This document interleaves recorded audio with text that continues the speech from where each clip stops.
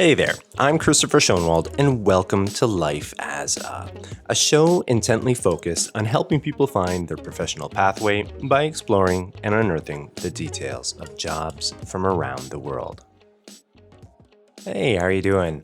Before we get started today, I do have a favor to ask of all of you. I did start a channel over on YouTube in the last year and a half or so.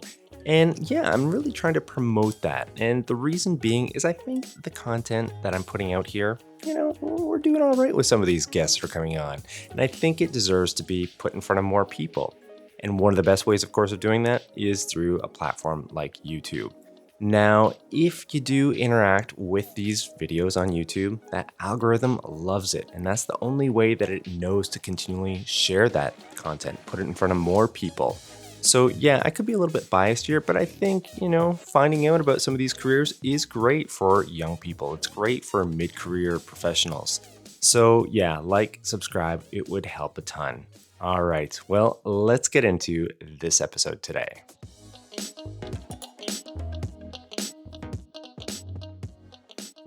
Hey there, thanks for tuning in. I just want to tell you right out of the gate here, we've got a special episode lined up for you. This one's going to be a little bit different than what you're used to hearing. I mean, usually you're hearing a guest who's mid-career or starting out within their career, but we don't often hear the stories of someone who's been through it all, who's seen it all, done it all, and is still going. And that's what I have for you today. I have this guest. His name is Ted Matsumoto, or Tetsuzo Matsumoto. He's a Japanese executive entrepreneur who's been in the game for over 61 years. Yeah, 61 years.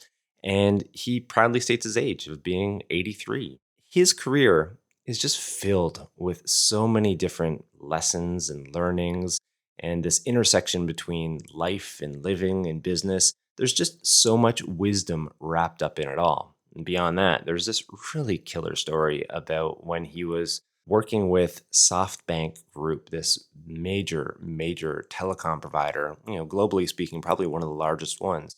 And at the time, they were small. They were just getting into the market. And his relationship with the founder and CEO of that company and his advice to that individual, you could argue, put that company on the path to becoming what it is today. But that's a bit of a teaser there. You're just going to have to listen to the story for yourself. Beyond that, we get into a lot of his other stops along the way and his experiences, and again, some of these unique insights. So I think with this big vision, this big look, at his career, there's a lot of lessons and learnings in there for anyone who's curious about success and finding it along the way. So let me more formally introduce him to you, and we can get started. Tetsuzo, or Ted Matsumoto, is a seasoned Japanese executive and entrepreneur. His background has mainly been within information communication and media businesses in Japan, the US, and other countries. Now, despite being in the game for over 61 years, yeah, you heard that right, Ted is still very much active within the Japanese business community. Presently, he's serving as chairman and CEO of ORNIS Corporation, which he founded in September of 2022. Rewinding a little bit here on his career, in October 2006, Matsumoto joined SoftBank Mobile Corporation as a member of the board, senior executive vice president, and chief strategy officer at the strong request of Masayoshi Son, the founder and chairman of the SoftBank Group. SoftBank Group Incorporated is now a world-famous investment holding company with a market value of nearly $90 billion. And Masayoshi Son, who leads the group, was the third richest person in Japan in 2023. However, in 2005, they were still a very small company struggling for survival, and it was a big bet for them to jump into the battlefield of gigantic mobile telecom operators. Now, Ted served for SoftBank for nearly 6 years, mainly responsible for the engineering strategy, government relations, and international business development. And during that period, the company recorded dramatic growth. For instance, the number of mobile subscribers, which was 15.22 million and a market share of 16.5% in March 2006, grew to 42.18 million with a market share of 29.8% in March of 2013. Now, prior to joining the SoftBank Group, Matsumoto worked for the multinational tech company Qualcomm for more than 10 years, commencing as a consultant and subsequently serving as president and chairman of Qualcomm Japan, which he established in March of 1998, as well as senior vice president of its headquarters in San Diego. Before that, Matsumoto worked for a Japanese conglomerate, Itochu Corporation, for 34 years, occupying the positions such as Senior VP of Electronics Division of Itochu America and as its GM of Telecommunication and Multimedia Business of its Tokyo headquarters. Now, Matsumoto has a Bachelor of Law degree from Kyoto University, one of the top Japanese educational institutions, and based on his exemplary experiences and career success, has served as a special visiting professor for Graduate School of Global Business at Meiji University. Finally, throughout his career, Ted has written many books, with one of his most well known being a book he had published in 2017 titled The Day AI Becomes God: The Singularity Will Save Humanity. That book has been translated into 3 languages and, unsurprisingly, is more pertinent than ever. So, with all this noted, here's my conversation with Ted Matsumoto. Yeah, so welcome to the program. How are you doing today? Fine, thank you. Thank you for making this. Most definitely. It's an honor to have you on today, Matsumoto-san. Would you prefer to be called Ted or Matsumoto-san? Which would be? Call me Ted. Okay, perfect. All right, Ted. Well, like I said, it's an honor to have you on the program, and maybe you could launch right into it. I have this first segment lined up. It's something called Coloring Wikipedia. And as my listeners know, it's a segment where I just basically read off a definition of what the guest does or a topic related to what they do. And I went with this really basic concept or basic construct, which is business, right? It's something that's defined you in your illustrious career here. And I know it's a very simplistic definition, but what I find interesting here is when guests are able to fill in the blanks. What does this word mean to them? So I'm just going to read off this definition from Wikipedia, and then maybe you could share your thoughts. Does that sound okay? Yeah, fine. All right. So here we go. Business. Business is the practice of making one's living or making money by producing or buying and selling products, such as goods and services. It is also any activity or enterprise entered into for profit. The term is also often colloquially used to refer to a company such as a corporation or cooperative. All right, first take, what do you think of that? Yeah, fine, nothing wrong. But I would like to add one thing. Yeah. Is give somebody fun. In my case, absolutely. Why I'm working? Yeah, to make money to support my life. But more importantly, it's a fun for me. Otherwise, I would be bored. Otherwise, I shouldn't be working now, at least. Maybe it's even this notion of purpose, right? Purpose within your life. I think we're going to get to this but you've shared with me already. You're 83 years old and proudly stated this, and you've had this long-ranging career, and you're still at it. I mean, we were just speaking before we got going about your latest venture. When I was hearing that pre-recording, when I hear you now, it's purpose, right? Because it's interesting to me. Otherwise, why I work? So the without the fun, I think it's even for young days.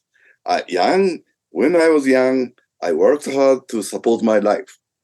When I was young, Japan's economy is not as strong as it is now. And we are struggling for life. So earning money is very important for me.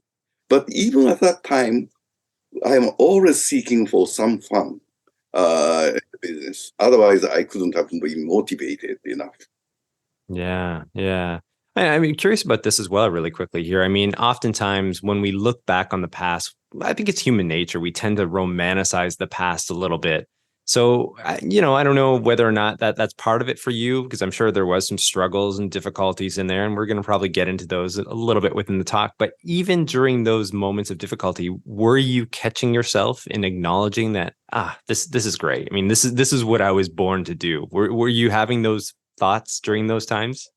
Yes, it's absolutely true for me. Even though it is tough and a lot of headache, still, I thought it's my life. Without doing this, how I could have found the meaning of the life? Always. You told me the definition of the business, nothing wrong in it. But basically, business creates something for the people, which people need. Because otherwise, it cannot be a business. No one will pay for it. To do the business, to run the business, someone has to pay for it. Pay the service or products you produce it, offer to them, right? If it is not good for them, no one will do that. So there cannot be any business. So business means provide something important and useful for the people, unknown to me. That's the most important part, the motivation for me. Creating some value for the people whom I don't know. Yeah. That makes me feel good. Yeah. Yeah. So, And that's exactly it. Like, that is why I have this segment, is because like you read these definitions and they're just so cold. They're almost empty. They're hollow in a way. But when you hear it from somebody like yourself, who has had all these wide range experiences, and they color it, they fill in the blanks, they add flavor to what that term is. And I think it adds meaning to it. It gives someone who might not otherwise fully understand it or what it could be about. It just gives more depth to it all. So I love how you filled in the blanks there for us. And I think it's really, helpful to a lot of people and just giving a different perspective to kind of look at it through. Well, maybe we could shift on over into this other segment here, something called A Day in the Life. And, this is the first thing I did mention off the top, that you spent 34 years working for this Japanese conglomerate, Itochu. And for those who aren't familiar, I mean, Itochu is massive. And, for perspective, Warren Buffett, I'm sure most of my listeners are familiar with this guy. He's invested significantly within Itochu. While you were there, you, like I said, spent 34 years working there, 9 years in New York, in Chicago, 2 years in Seoul, Korea, and 23 years between Osaka and Tokyo. What was that like? I mean, at that time, the present day Itochu was much different than what it was when you were there. So, I mean, in terms of your life, your business career there, what was that like for you? And maybe what were some of the lessons that you were picking up along the way, good or bad? main business is to meet the demand and supply, connects the demand and supply. Mm. If there's, for example, when I was living in New York, the so-called interconnect market telecommunication, even in the States at that time, telecommunication was controlled by one company, AT&T, period. Yeah. Yeah. And the new type of the business, free market, is just going to start. Then I thought, wait a moment, if the new opportunity comes, Japanese products could have a fit to them. But the Japanese company didn't know what they should do to be accepted in the United American market. I was living in the States and using the telephone system every day, so I know how they use it. Yeah. And I know the technology side. Therefore, I talked to an American guy. He has an interesting supply source outside of the United States. They can move faster and can create something new. Why don't you talk with them, kind of thing? Right. So just it's a go between. Setting up the business, allowing transactions to take place. Yeah. What was missing is an investment. If they were ready, then we should have not only introduced the Japanese manufacturer or products, but also invested, believing that with that kind of new supply source, that company can be successful more. So in that stage, if I believe in it, I should have invested. The company should have invested in it. Right. The company was not ready that. So only the connection and getting some commission or finding fee or something like that. That's it. Okay. There's a company, 7-Eleven. 7-Eleven was an American company. Yes. One of the you guys introduced the concept to Japan. Yeah. I remember hearing this story.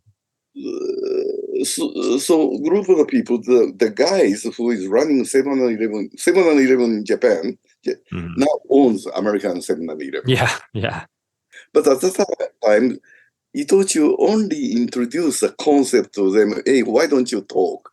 And didn't know what kind of role Itochu itself can play in it. So 7-Eleven Japan started. Itochu has no place to anywhere. Itochu means nothing. Only the guy, kind person to introduce the concept. Okay. Later, Itochu bought the company and invested and grew the company, Family Mart. Family Mart is a competitor of the 7-Eleven. Yeah. So now we know that it's one of the biggest subsidiary of Itochu. Big convenience store chain, not only in Japan but in China and many other places, is under one control of a part of the Itochu. So we started from connecting the business. Is nothing wrong, but didn't know at that time how to make a big money from there. Right. How to leverage that essentially and create create value for the Itochu Corporation. Yeah, ultimately. That was during your time that the company was experimenting with that, or was these were ideas that you were beginning to have, but the company wasn't? Yes, struggling. Yeah, simply struggling to make money. Okay. Okay. Oh, but introduction, the product moves from Japan to US handling charge. Okay? Yeah. But it's not a sustainable business. It's work hard, create something, but gradually understanding there's no place for myself. That was my life. Yeah. It's a fun, but it's not a sustainable business. So now I'm very happy because company, after I moved out from the company, it's became more and more intelligent, more and more strategic, and the present business structure is just like that.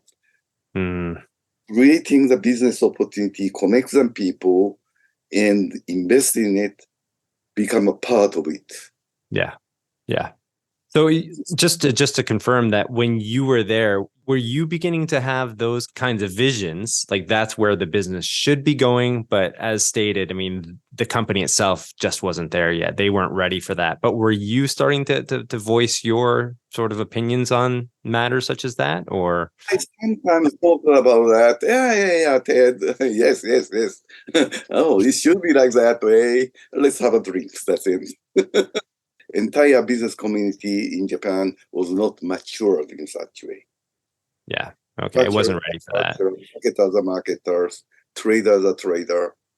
And that type of creativity wasn't fully evolved yet within markets. Okay. The reason I asked that is because in researching for this and some of the information that you kindly shared pre-recording and in advance of this talk, I mean, you kind of note yourself as being someone who's a little bit different than a traditional Japanese individual. You know, Japanese tend to want to think kind of in a group sort of manner or similarly minded, but you kind of revel or you enjoy being the black sheep, thinking a little bit differently. So when you were explaining this, I was thinking, well, maybe, just maybe you're beginning to have some of these, ideas and growing a little bit frustrated, perhaps in your role of the company, maybe not moving fast enough. I wasn't sure if that was part of it or not. And I have been always frustrated. You are absolutely right. I always think a little bit far away.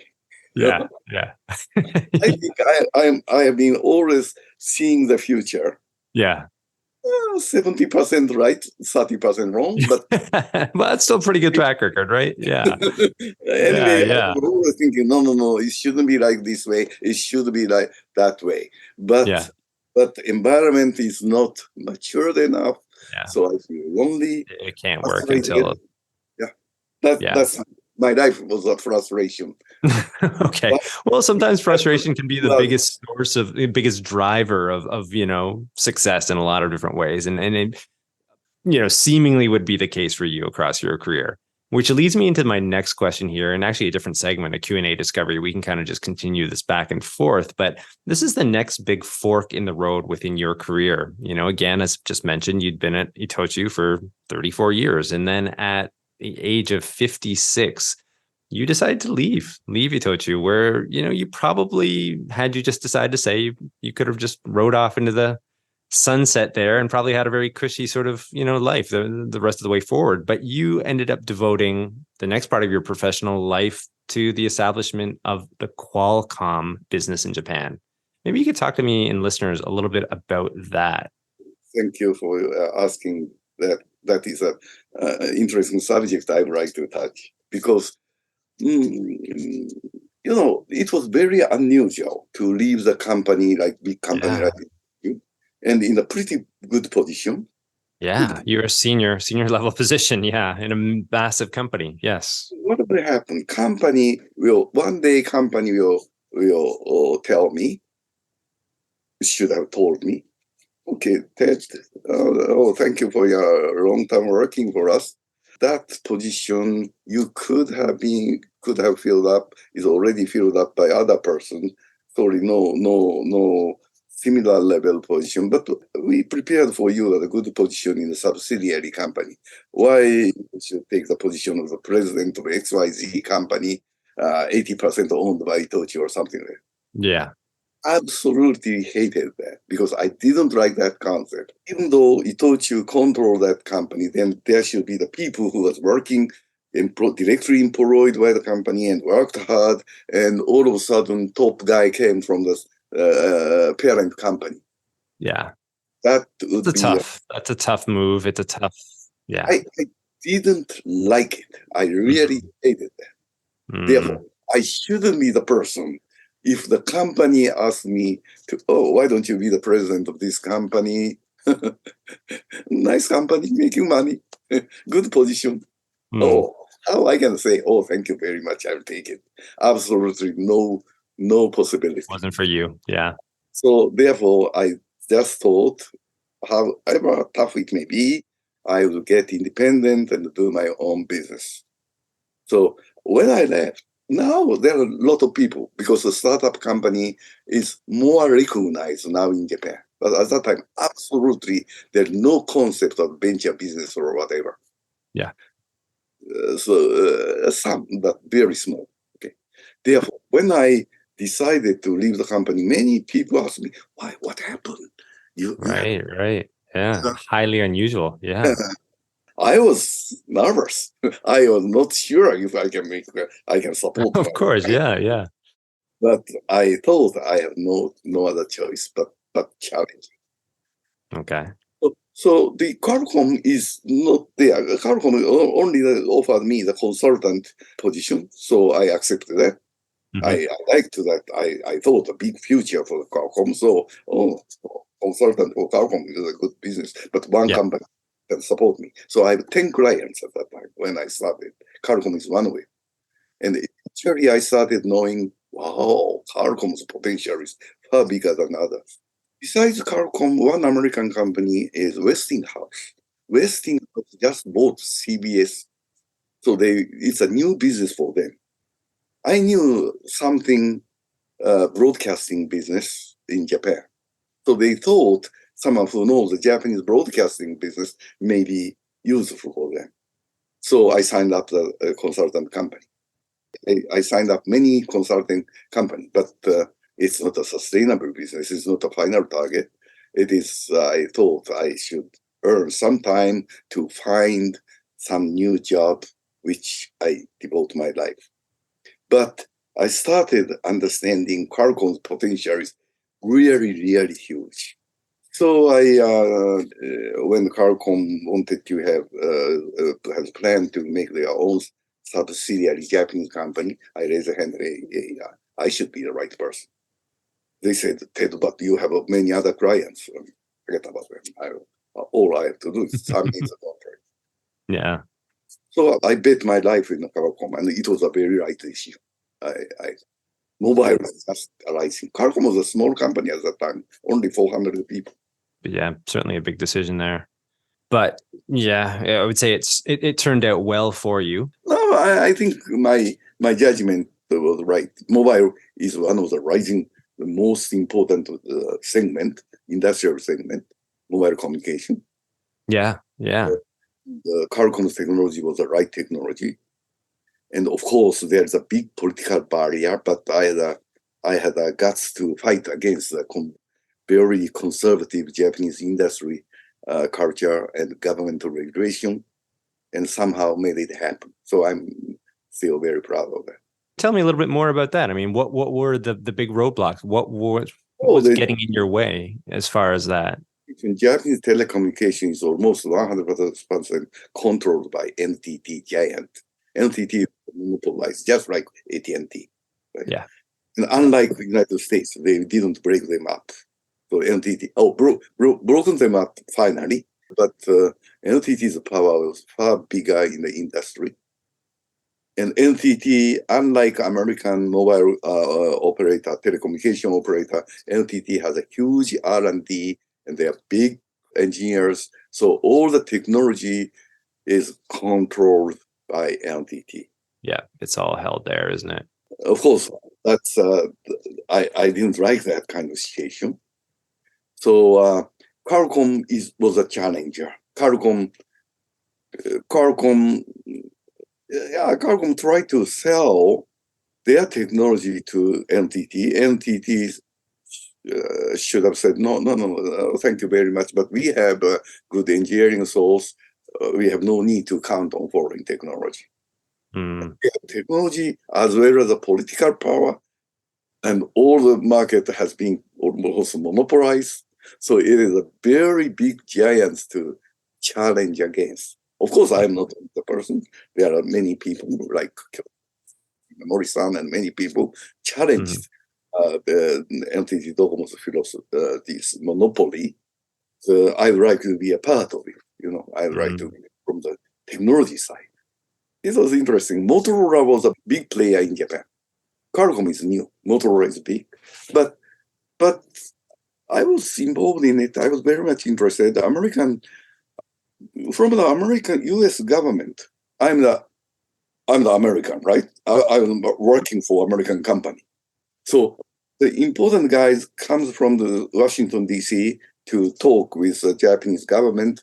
They first invited us, American companies head. Some are American, some are Japanese, with a mixture. But I was the president of Qualcomm Japan, so I represented Qualcomm and the meeting. How to fight. I sometimes said, no, wait a moment. You are misinformed. If you try to challenge that point, you would be pushed off because you are wrong. And interesting, they listen. Oh, I see. Some of the lobbyists in the States gave them the wrong information. Oh, the Japanese government is doing unfair thing. This is this, and you attack them. They should bow. They should surrender. So I said, no. That you are misunderstanding. If you fight in such way, you will be miserably defeated. You shouldn't do that.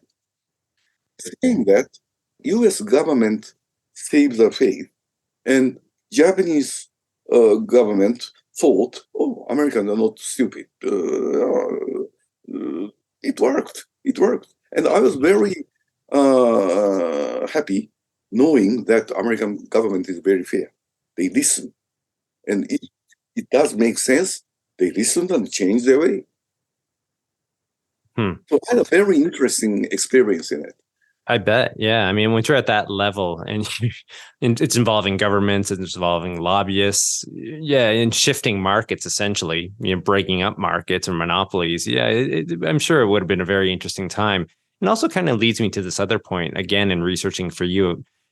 Part of your philosophy from several philosophies that you hold, but one of them is this motto or creed that you have, which is, be creative or die, and I really like that one because I'm sure that helped you during this time, like trying to find workarounds and different approaches. And, the stakes were high. If you didn't get this right more times than not, then you probably weren't going to be, around too long. So maybe you could tell me a little bit more about that.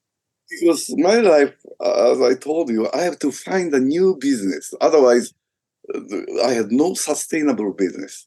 So I have to find a new opportunity. Otherwise, I'll be dead, right? Yeah. It's a new business. You have to be creative yourself. Yeah. You have to be creative, and that's only the way to create a new business. Without create a new business, I have no place to live. If Yeah. I'm the employee of Toyota, I shouldn't have such motto. All I have to do is to follow Toyota's way and promote Toyota's technology, right? Make is our own technology. But I have nothing. Yeah. Yeah. Then without creativity, how I can find my place? I love that. I mean, it's a simple sort of statement, but it's very profound, I think. Like you can really take that in a lot of different directions, but it can really set up a career. It can set up a life when you fully like not just saying these words, but like really believing them and dedicating your life to it. Crystal life is not as easy as it sounds like. No, certainly. I make it a motto and put Yeah. it. I started a new company, right? Yeah. New startup company in the U.S. and put it in the president's office. Okay, and business didn't go well, right? Mm, mm. My vice president, senior vice president responsible for the sales, always in the morning come to my office and be creative or die.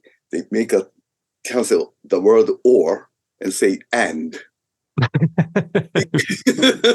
Because our company was dying. It was a little bit too creative, perhaps. Maybe there's a spectrum that we, yeah.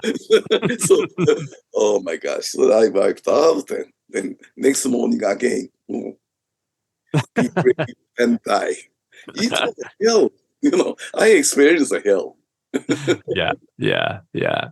No, of course. I mean, like that type of motto doesn't guarantee anything, but I think there is something to that, right? Like as simple as it sounds. I'm now talking, making it a joke, but Yeah, yeah. I was really seriously miserable.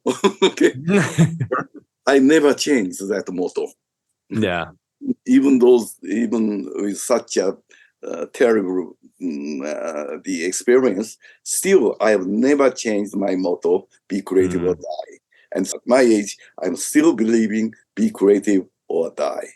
Yeah, which leads me into this last question within this segment. And actually, it's more of an observation, to be honest. That again, as mentioned, you're 83 years old. And I think at this point, most people would be content and just sort of, just enjoying themselves and maybe traveling or doing whatever they want to do at this point in their lives. But yet, here you are, you have another company. You're the founder and chairman of this company, ORNIS Corporation, which specializes in marine security, tsunami detection, recovery of floating objects, and the overall modernization of the Japanese fishing industry. So my observation here, I mean, it's clear to see that this notion of business, it's something more. It's deeper than just a means of accruing financial reward. And there's something deeper. And I think, like that speaks to it. Like you derive some enjoyment here. And yeah, maybe you could speak to us a little bit more about that. Thank you for asking this. At the age of 80, I made up my mind, no more work, just relax. But someone asked me for the advice. The technology is there. This radar technology is a solid technology.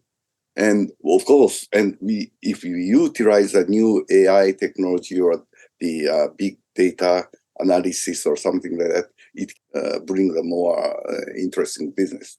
So there's a market: fishing, tsunami, the safety, many different Application.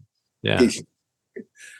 If the demand is here and technology to enable it is here, then there should be the business. That's my belief. All we have to do is to find out a way to connect the both ends. Demand and supply are two important and only two important factor of all the business. And here's the technology, right technology. Here's the demand, very wide range, massive demand. But no one has ever been successful. Why? So I told them, the way you are trying to sell the system to the Japanese security agency or some big fishing company, that's totally wrong, because the facility itself can create the data. Facilities the facilities for the purpose to create the data. What people needs, fishing people needs, what tsunami detection interested people needs, all the data, not the facility, right? But if you try to sell the facility to somebody, that's overwhelming. Cost is too much because they are what they can get is only a part of the theory. So someone has to own the facility, create the data, and sell the data, each individual different data to with a different application to the different people. That should be the only the way to make the business happen.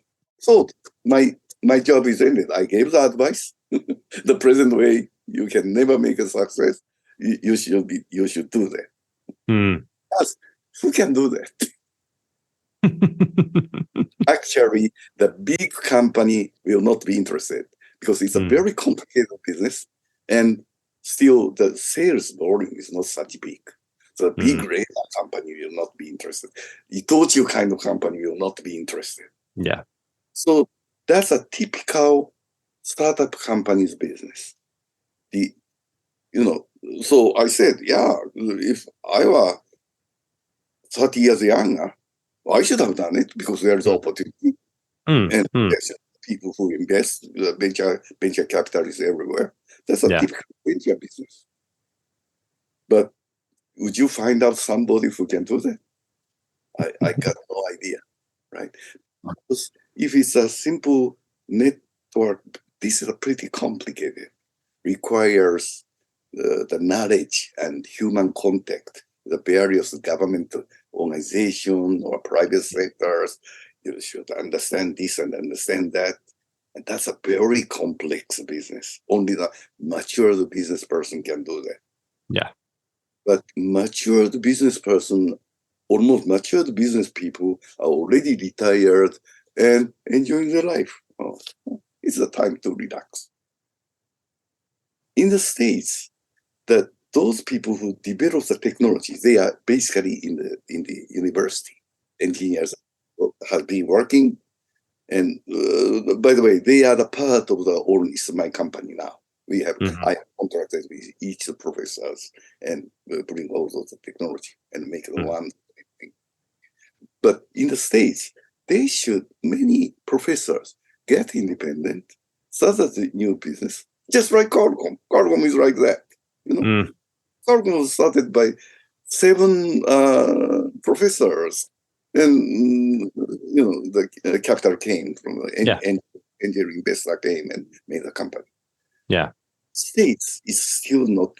It doesn't work.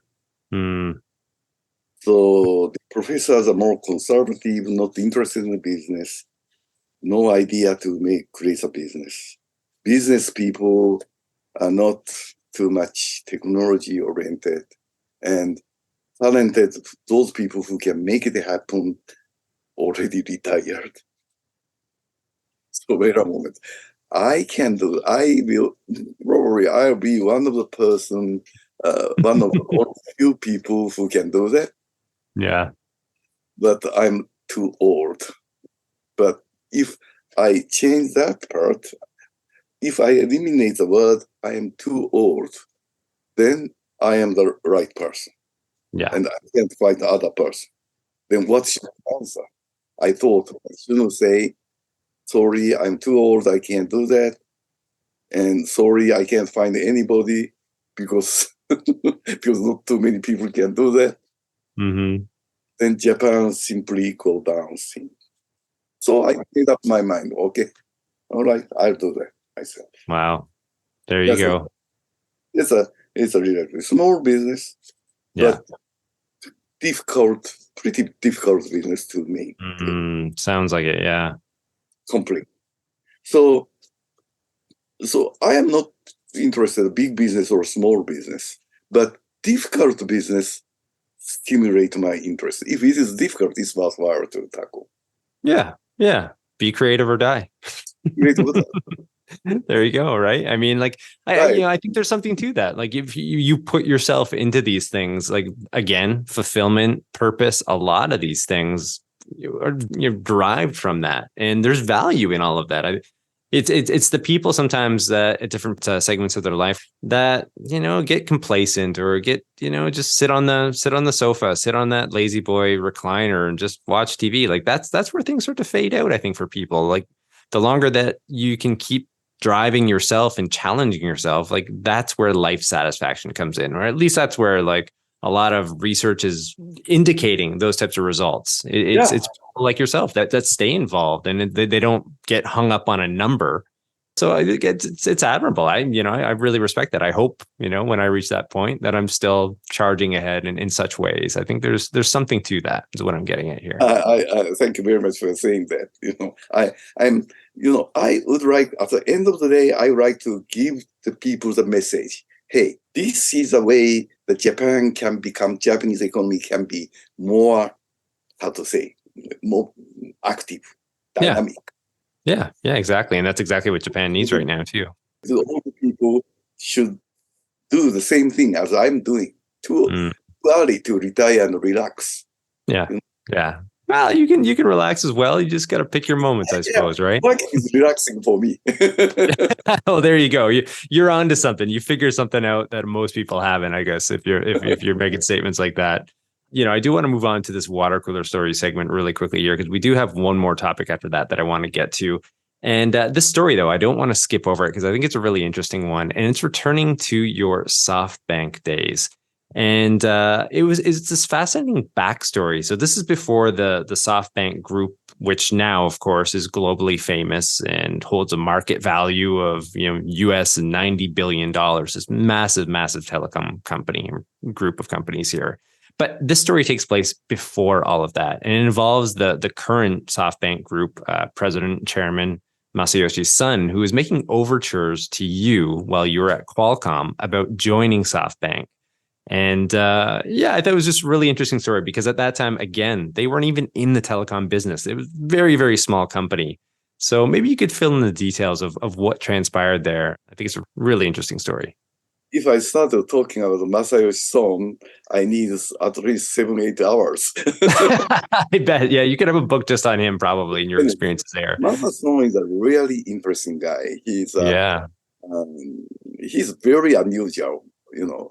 He's visionary, extremely smart, but whenever he gets an idea, 5 seconds later, he's already making phone to somebody or something like that. Thinking and not acting is not his practice.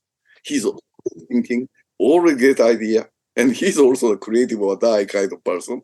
You know, Okay. every day he's creative. And Yeah. For better, for worse, sometimes, but yes. working very hard. And Yeah.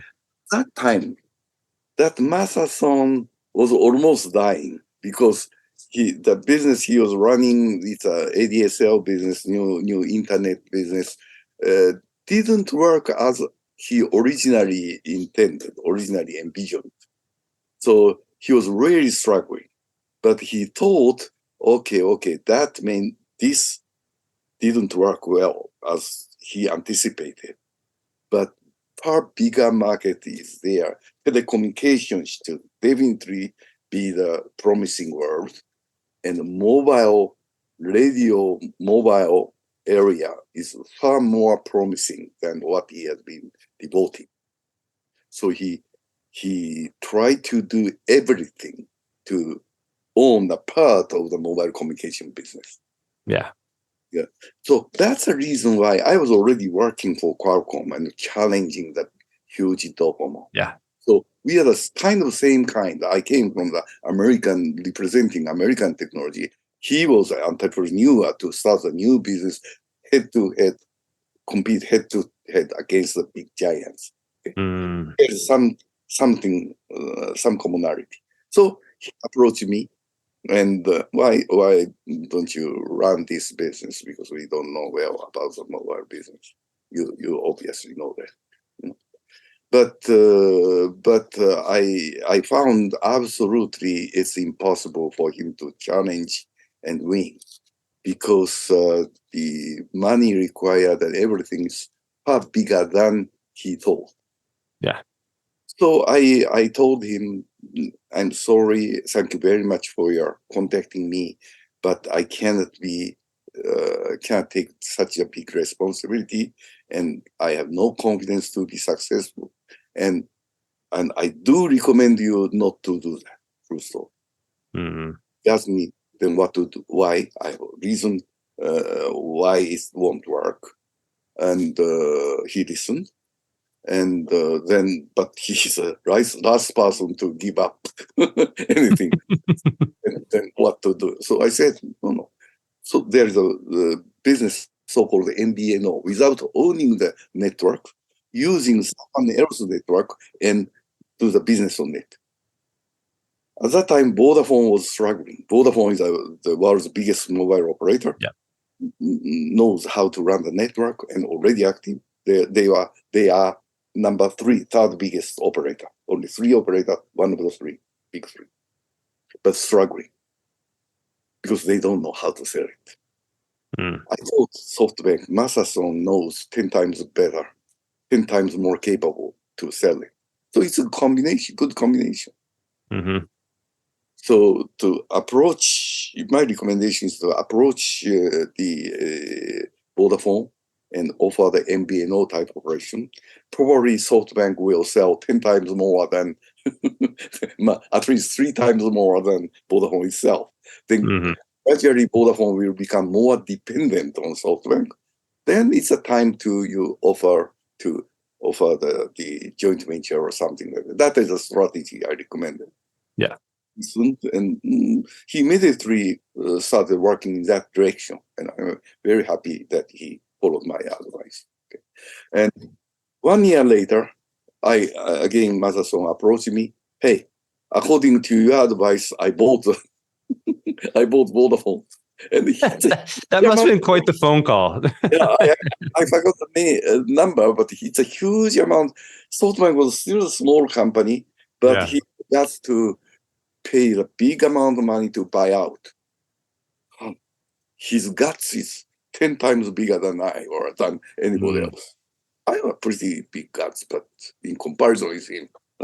So I said, Son-san, I didn't ask you to buy out. I only... I started negotiating with them, MVNO, it didn't work, blah, blah, blah. And one day they came back saying, why don't you buy us? So I decided to buy them. So at least you should help me. You should help me. Yeah. I cannot say no. Yeah, how could you say no to that at that point? Wow. And actually, now SoftBank is famous to pay a big amount of money to their executives. So many people should have misunderstood. I joined SoftBank for money. Masason should have offered me a big amount of money, and I was attracted and jumped in. No, absolutely not. My revenue reduced because Really? I was very, very, very well paid by Qualcomm, American company. Pay a lot. Yeah. So I accepted the reduction of the annual income. Why? I was already 78 years old. I wanted to do something. Money is not too important.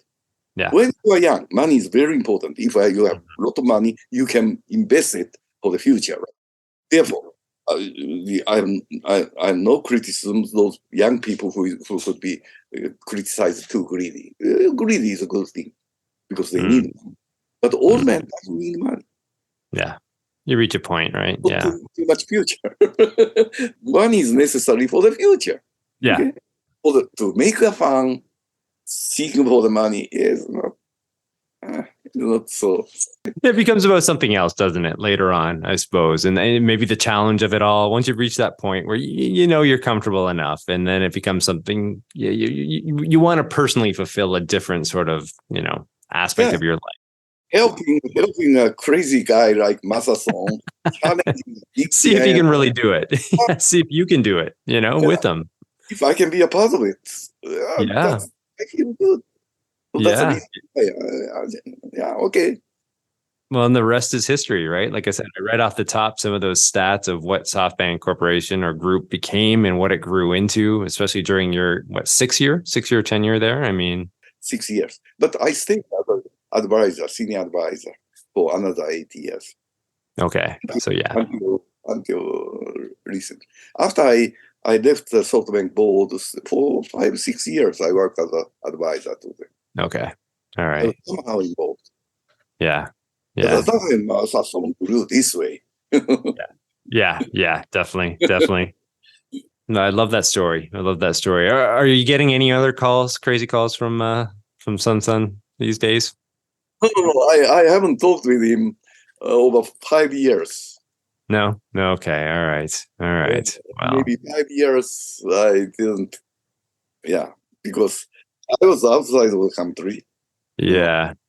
Masason became more the investor rather Yeah, than. he's been down a different track these last 4 or 5 years, and yeah, some ups and downs there. But yeah, definitely some of his stories, though, like you said, probably you could we could talk for ages, I'm sure, about him and your experiences with him.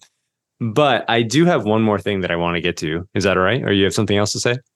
The amount of money he's interested is times bigger than what I can be involved. Fair enough. Yeah. Sorry. So I have no reason not interested in talking with him. If I bring some new ideas, he will ask how much money is involved. Don't bother me for such. Right. All right. Well, I do have this last segment here, a crystal ball segment. As the name implies, we're looking towards the future, trends, predictions, so on and so forth. And, this is one of the most interesting parts about you and your career is that you wrote this book back in 2017. And the topic is all the rage right now. And what I'm referring to is AI.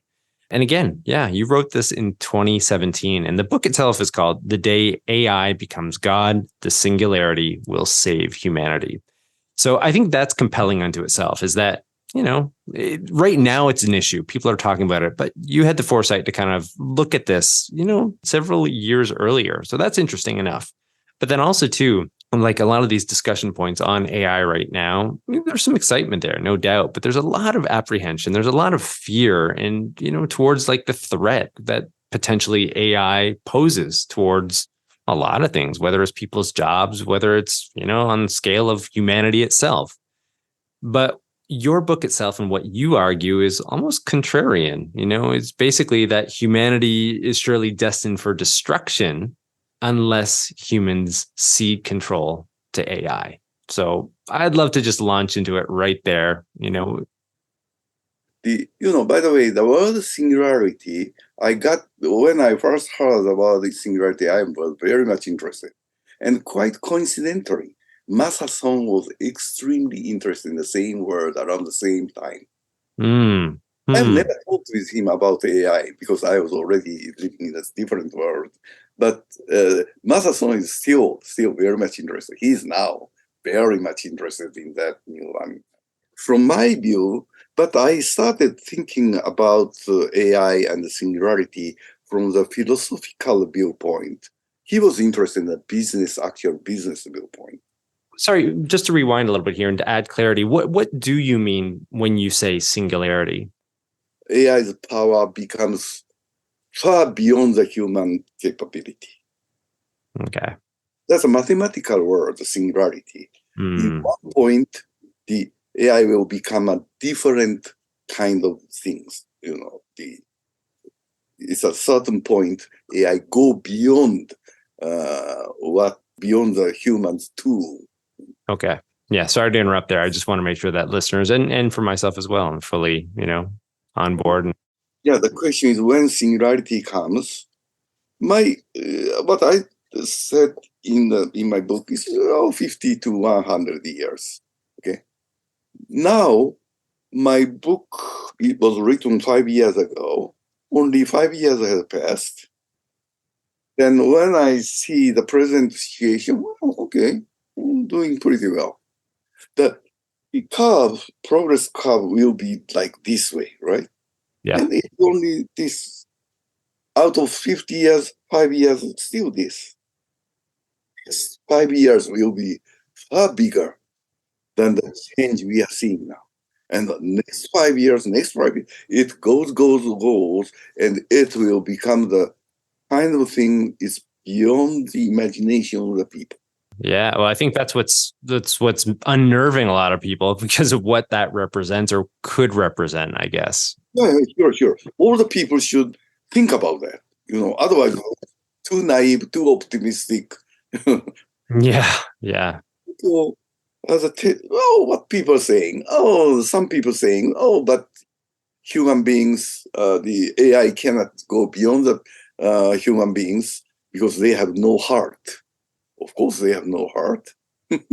But why we need a heart for them? They can copy the heart. Tell what kind of thing heart is, right? But they don't have a heart because they are not animal. The heart or brain or the subjective thinking, not objective thinking. But AI is what people created. So what's wrong? The Isaac Asimov, SF writer, used the word so-called Asimov three principle. What a robot should be. Robots use people or something like that. So only three principle. If they observe that, then humankind will be safe. Of course, many people say if there is a bug, what happens? But I have an answer. I think if we are clever enough, wise enough, we can make the good AI, not bad AI. Not allow somebody to make a bad AI. That's all the name of the game. AI, before or after the singularity, yes. Even before singularity, AI, of course, much, much more capable than human beings. No question about it. First experience for us. Now, big construction machine is easily 1,000 times more capable than human beings. Same thing. So already human's body, the older machine is 1,000 times more efficient, more powerful than human muscle. Right. Future computer will become 1,000 times more smarter than human brain. It's a matter of course. Why they still arguing? It's a matter of course. It will happen anyway. AI will invent the next generation AI. That AI will make the next generation of AI. So AI's capability becomes higher and higher. Of course, it's happening right now, right? I mean, just even Chat GPT and GPT-4 within a year, once Microsoft came into the game. Like I was just listening to a podcast on that, and like the leveling up that took place in just 1 year is phenomenal. It's amazing. It's frightening. It's exciting. It's a lot of different adjectives. But sorry, continue. That level, it's only 5 years. Another 5 years. So we should have the good imagination for that. And really, I'm really serious. It's more important than anything else. Anything else. If I try to be good for the human community, I cannot forget about. I can't but use my brain to think about that. What would be the future? What we should do for it? So I'm still every day thinking about AI. That book is a beginning. Things are moving as I thought, not faster, not slower. Around Microsoft and many people are doing right job. That's it. But future would be far, far bigger.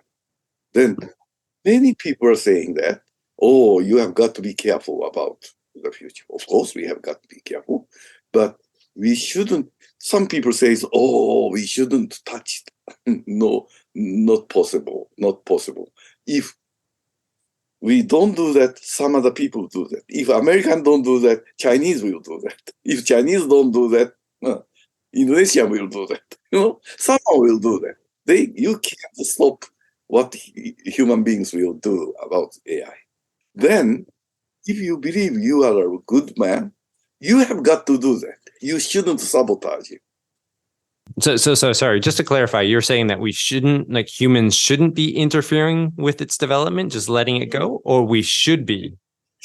Should, of course, should. Because human create the AI, Let AI create the next generation of AI, but origin is from human. Human should build in the rule AI should follow. then human is safe. Yeah. Do you think we're doing that right now? I mean, there's a lot of discussion on this that like a lot of tech leaders, at least coming out of the US, I can't speak globally, but I know out of maybe Europe as well, a lot of leaders there are calling for a pause on the development so we can kind of get a handle on it. Are you kind of behind that sort of sentiment? Is that what you're driving at right now? At least everybody, 100% of people are saying we should control them. Otherwise they will become a monster, or some bad guy will create a monster. Right. Therefore, everybody believes he's a good guy, he or she is a good person.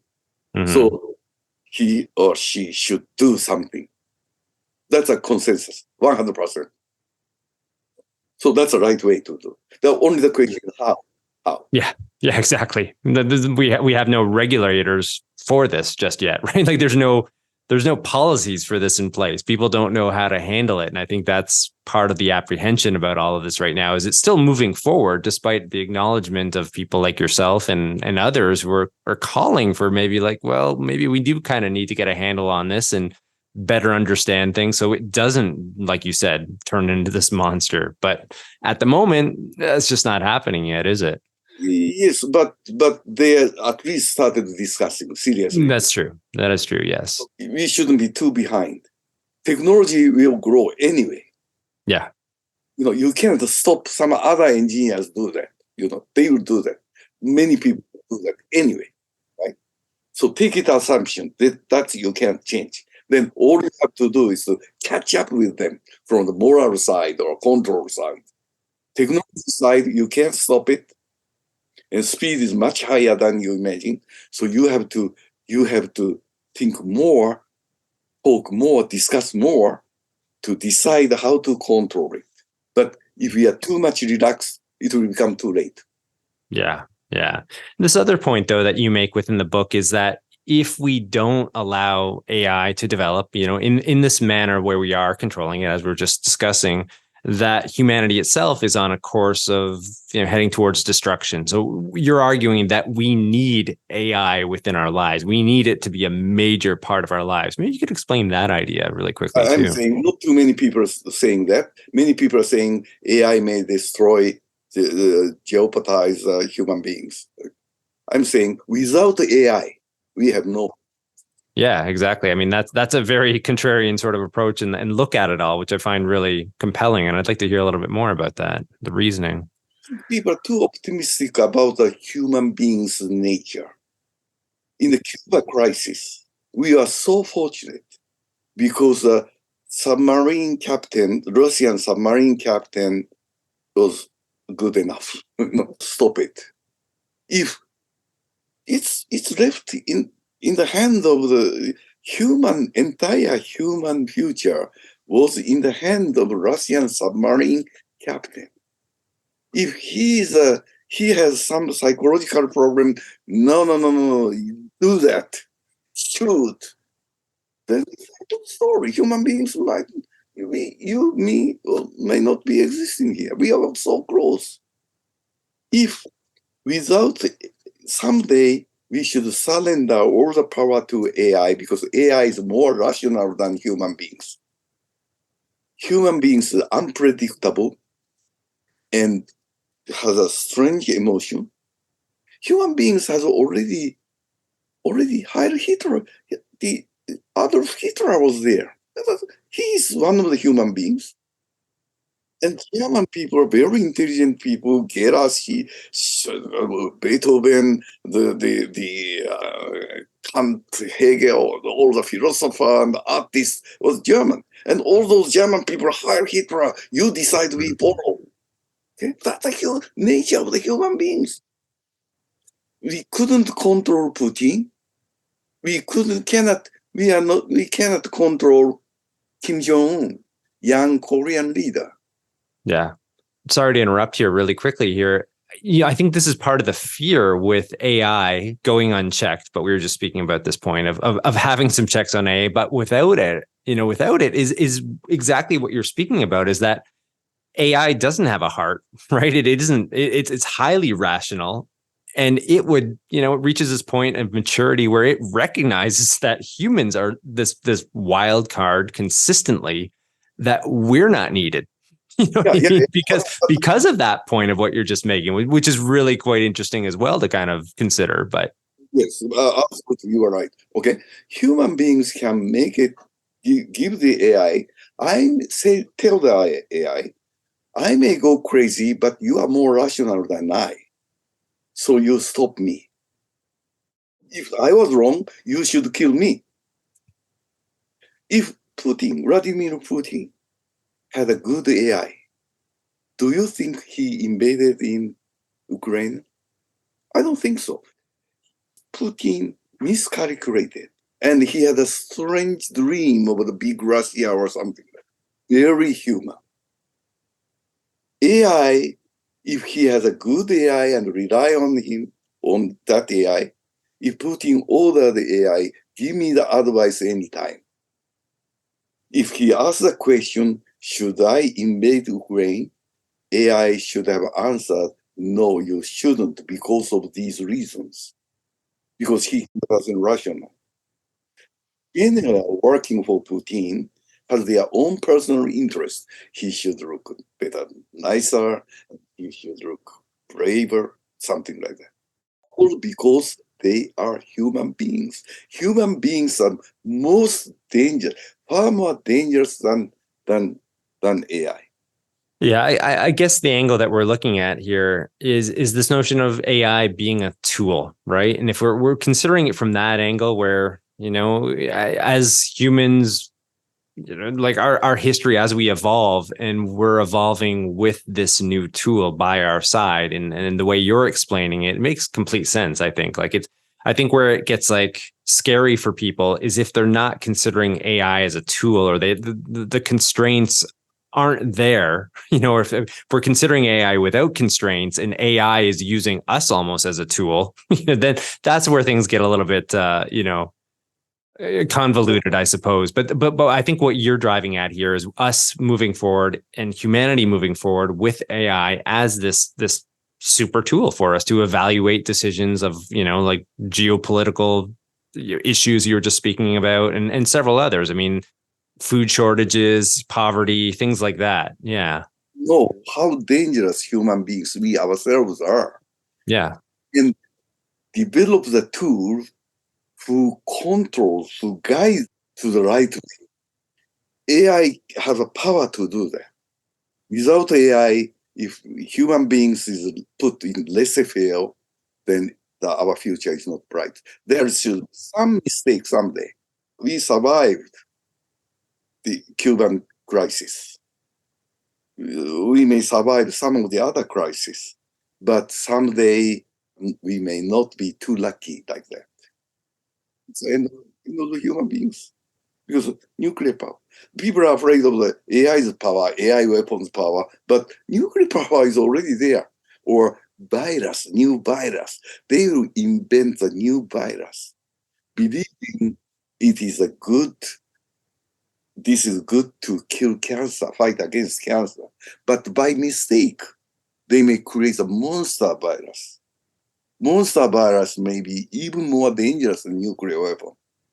Because one mistake, this could spread to the world in one day.